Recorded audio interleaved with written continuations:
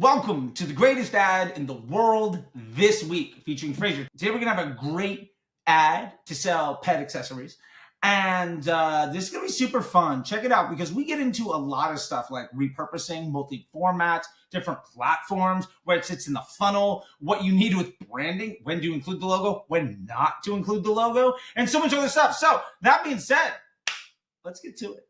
Fraser, how you doing today, my man? I'm good. I'm really good. Yeah, I'm super excited for this. Anyone that follows me online knows that I am basically in ad libraries 24/7 to look for good ads, and I'm excited to share one with you. This one has been on my radar for a while. I love it. I love it. So let's just get right to it. The idea is this is like the best ad you've seen like all week. And tell me why it's so good. And then I'll try to figure out, as somebody who has always said I don't get creative, like you're gonna help me figure out why it's so good, and then maybe I can go steal the idea and make some money.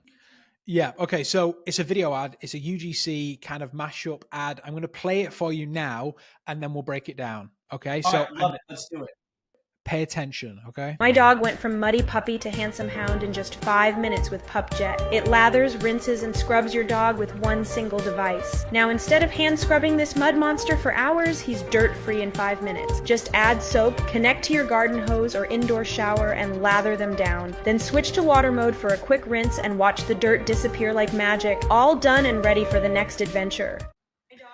Okay, here is I made some quick notes of why I think this advert is pretty sick. Okay, and it basically comes down to the first thing is the hook. I've worked with a lot of pet brands in the past, and pet owners love to look at other pets. Oh yeah, right. And no doubt as well, if they are a pet owner, they probably get videos of their pets, videos of like other dogs, other cats, whatever, on their feed all the time. So, oh yeah, like my business account, I've deleted everybody who I don't care about, and now it's just suggesting dog meme videos. dog videos. Half of it is dog sauce. Yeah, exactly. Okay, so that video of the cute dog would fit perfectly into the feed straight away. TikTok, 100%. straight away. So you hook them organically very quickly without any like horrible like engagement bait tricks. And then after that, with the actual hook, we're creating a little bit of mystery because we don't know how they turned their dog from looking like this to looking like this, right? So we're creating mystery, which helps with hold rate. And as we all know, the longer people watch videos, the better the results. Okay, so we want to keep them, we want to hold them throughout it. So we're creating some mystery, the same way people do on YouTube, where they say, where Mr. Beast might say, oh, stay until the end of the video to see how we do this. It's the same thing. It just works with ads as well. Okay, and then after that, they fit very nicely the product, like showing the problem and then showing the solution. Right, you've got a dirty dog. What are you going to do about it? Well, here's something that you can use really quickly. And also they show a quick demo, but then most importantly, they answer all the questions that instantly come up. Is this going to fit it with my hose outside? Oh, it does. They mention that straight away. Is this going to fit in the shower? I don't have a garden. I can't use a garden. I don't have a hose outside. Yes, it fits with my shower. So the two most important questions which might hold people back from the purchase, they've answered straight away. So the only thing you have now is the price. Like that's the only thing that might stop you from buying this. And you find that out by clicking on the ad and going to the landing page. Like that's the point of an ad, right? The point of an ad creative is to get them onto your site. Like, what more do you want? That it's like perfectly summed up, and especially for the niche, like the pet niche, they've nailed it because they found a problem that everyone has, and they've given you a solution really easily. No, I love it. I love it. So, like, part of me, and walk me through this as a performance marketer. I mean, first off, I totally get it as a casual viewer. I think it's cute puppies, all sorts of stuff. And I understand that we're doing sort of the features and benefits kind of thing here. When you're strategizing where this goes, is this, in my opinion, this feels sort of like a top of funnel, like I'm going to grab everything. Is this something that you would also do as like a square or take screenshots of as like, yeah, images? sort of intended to be sort of a standalone thing? Like, where does this fit in the overall creative strategy when we have to think of funnel or multiple touch points? I think you're right in thinking top of funnel, 100%. You're introducing people to the product, right? That's what top of the funnel is all about. You're answering a lot of the main questions that people might have before they even know who you are. But you're leaving enough mystery there to get them onto your page. I think you could very easily square this off and you could use it further down your funnel. I think it probably is mostly top of the funnel. I'm not sure about like screenshots. I think if you did, you'd probably have to still answer some of the same questions that you're answering in the video.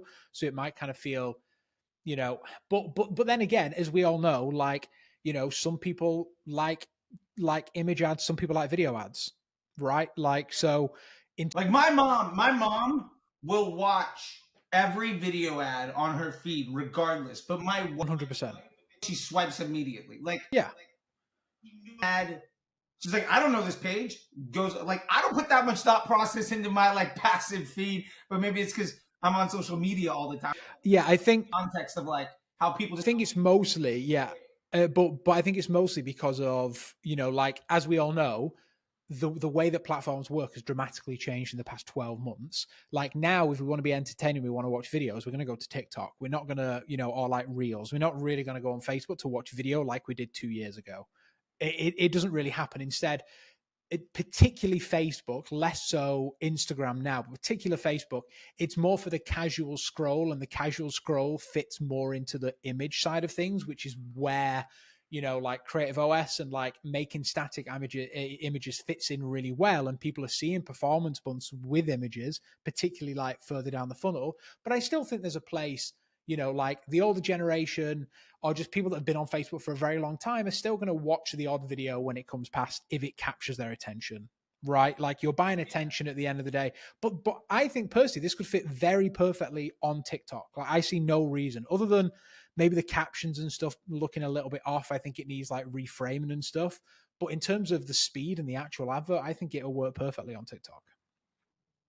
I love that. All right, I've got 3 questions then. First off, one, I had 2 questions and then you said something, give me a third one. Okay. This feels Instagram native because of the text and stuff. Mm-hmm. Mm-hmm. Do you think that is important? And more importantly, in your experience, do you think that if it's done in TikTok, my assumption, let me put it this way, is if I make it in TikTok, it fits on YouTube and Instagram. But if I do the YouTube, it doesn't work on Instagram or TikTok. Mm-hmm. Yeah. I mean, for us, general rule of thumb when we're making our creative, if it's UGC, i.e., is it filmed on a mobile by a user, right? We all know that UGC is fairly inflated and fake by now, right? But if it's filmed by an individual, first person style on an iPhone, then you want native captions. I'd always go TikTok native captions, which are a little bit nicer than the ones on this. This is like a bad attempt at TikTok native.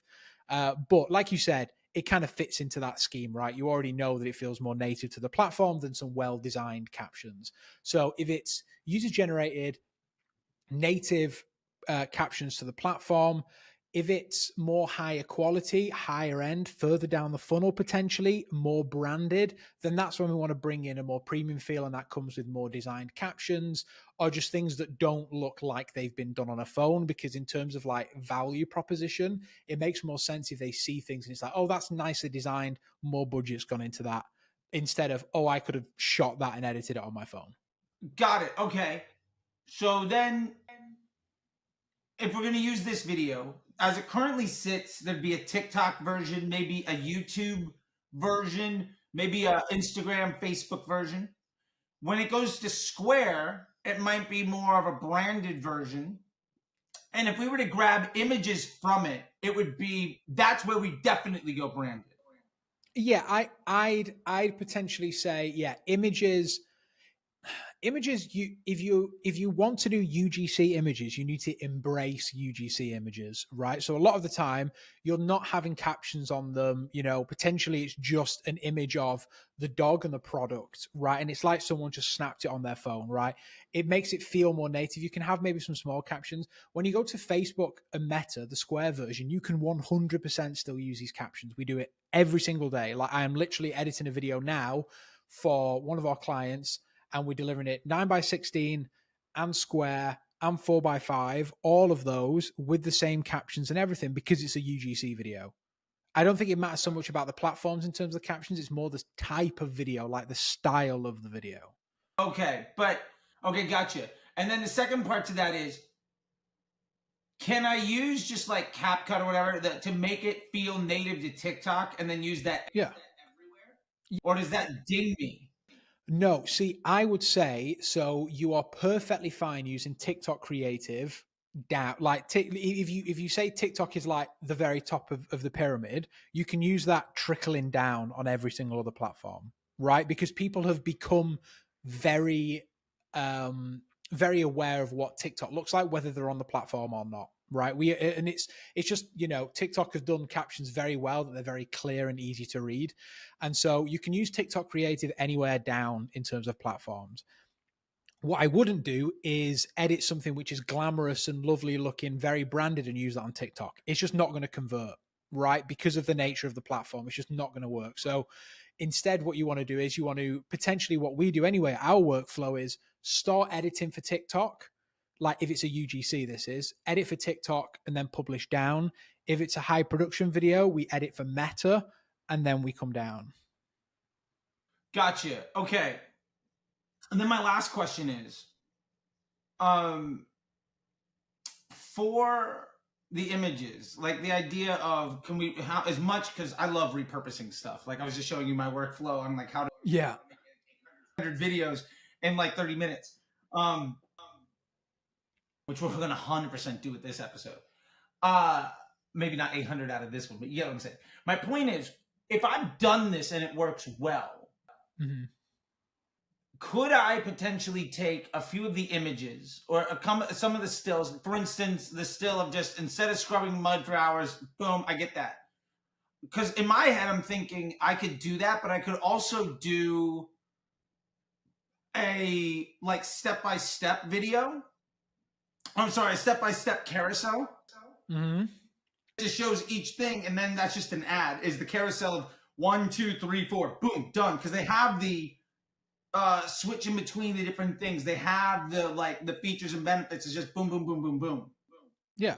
I mean, you could literally start with, I've just like pulled up some on my screen here. So instead of hand scrubbing this mud monster for hours, that's the first image in the carousel. Because first of all, like there's a lot of like mud monster. What the heck are we talking about? We can see like the dog in the corner a little bit. A lot of dog owners very familiar with, getting back from a muddy walk and, you're absolutely filthy. And then, we can go to, potentially this one, probably not because the caption's still the same, but then we can go, boom, this one, he's dirt free in minutes. We're showing the product. It's working. He's soapy. He looks super cute. Just add soap. Next one, connect to your garden hose or indoor shower and lather them down. And then we can end with and watch the dirt disappear like magic. Boom, done. You've got like 4 or 5 images in a carousel there. You can take screenshots from that, and you've got another piece of ad creative, which could be an absolute winner for you, and it's cost you absolutely zero more. Yeah, and that's why I love the ad, but also that's one reason I love like the idea of like how do we do it? Because for me, it feels like if I shot this ad, I can get full screen vertical video, I can get square. I can make it native to TikTok, Instagram, YouTube, etc. Then I could also get stills to make individual shots, maybe a collage or a carousel. And then also my landing page is basically this video. 100%. Which could potentially also have been done in landscape and just cropped. Yeah, if not, you could just throw up a square version of it on there. Sure. Like people are very familiar with watching square videos now. 100%. The important thing to do when you're looking at video ads is instead of looking at them as one whole video that only works when all the pieces are together, like look at it as like blocks almost. So you have like hook block, problem block, solution block, payoff block. Because then when you look at that, it's very easy then to repurpose your content, because then when you're looking at your stats, you go, okay, the hook rate is really high on this. Well, let's just snip out that hook and put it somewhere else. And it still works. Oh, the problem on this bit works perfectly. Let's snip out that and put it with this solution. Because at the end of the day, especially if you're like a one product store, you aren't going to have millions of different problems and solutions. The chances are your product fixes one problem. So just snip it all out, and then you can really start to juggle around. And again, you can even use AI. Like there's a few AI pieces of software that plug into your ad account that give you live data back on what's working, and then re-edit the videos for you. Like this is really truly about embracing AI and the way it works to make better ads. No, I love that. And the other side of that too is like, if this works, my immediate move is like, all right, I'm going to shoot 3 more doing the exact same thing. Yeah. And I'm just going to get different dogs. I'm going to get a little dog. I'm going to get a big dog. Big dog. I'm going to get like a short hair dog, a long hair dog, 100%. Just now I'm going off of that permutation. So last question I have for you. Glaring thing. And I can see the client's emails and the Slack messages just stacking up in my inbox. Can you put my logo on? What brand is this? What's the product name? Walk me through why this ad is so good and it doesn't tell me what the hell I'm looking at. Okay, first of all, your logo is already going to be on the post. What more do you need, right? Secondly, I think there could be hold on a second. Your logo's already on the post because it's from the page, right? Yeah, exactly. So there's the overlay. Yeah. So whether it's on TikTok, it's on the right hand side. If it's on Meta, it's at the top. Like, your logo, your page name is always present. So, but I think potentially there is an opportunity here where you could. I think this video lacks a strong CTA, right? Like a 25% off, or whether it's a discount code, whatever, or whether it's just a click here to learn more, whatever. I think it does need a stronger CTA to call people to action, to do something afterwards. And that could be a potential there to mention a brand name, not the logo, but a brand name, right? We're doing stuff now for Chomps, and all we need is just chomps.com and people know where to go and who it is. So if you're going to do it, do that route. But my argument would be you don't need your logo because it's performance creative. It's just blocking up and making it look less organic and more like an ad, and people are more likely to just scroll away. Yeah. And to your point, like the brand name's on the page. We just say the caption isn't the CTA. Yeah, exactly. Yeah. So yeah, for sure. I don't have a landing page. So I watch this video. I have no idea where to go. I don't even know what to Google. And I don't know the name of the page. What you're telling me is that's okay because of the context of the placement everywhere that it is. Yeah. I mean, it's different when you're like, when you're whitelisting creators and stuff, and it gets a bit muddled in terms of like whose this is. And if that is the case, then you need to make sure that the creator is mentioned in the brand name, maybe a few times throughout the video, or you are actually showing the brand name at the end in a CTA. So you need to be aware of that. So if you are going to whitelist stuff, then yes, but just make sure that you are mentioning the brand name, because people need to know where to go, right? Because not necessarily all the time are people going to click from whitelisting ads, but that's a different scenario. Right now, we're running this on the brand page. What more do we need? Nothing is the answer. No, I love it. All right, man. I think this is done it for us. Thanks to PupFrendz for the amazing ad here, which I only know because I take a look at the Foreplay board. And maybe we'll link to that at some point down below as well. But thanks, Frazier. I'm stoked. I had fun doing this thing, man. Let's keep doing this because I think this is great. And for that being said, people that are watching, if you want more stuff like this or potentially to have your ad featured, drop them in the comment section below, especially if you got a Foreplay board. And like we're gonna just keep doing this stuff because I think I learned a lot, and I'm super excited to see how we break this stuff down and just see where this thing goes. So In honor of PupFrendz, I'll make sure that the link in the description shows you how to buy this thing, because I might need to get one for myself, and also a link just to the ad and everything else. So with that, Fraser, I really appreciate it, man. No worries, I'll man. let you go. How's that? Yeah, sounds good. Thanks very much for having me. All right, buddy. I'll talk to you later. See ya. Bye.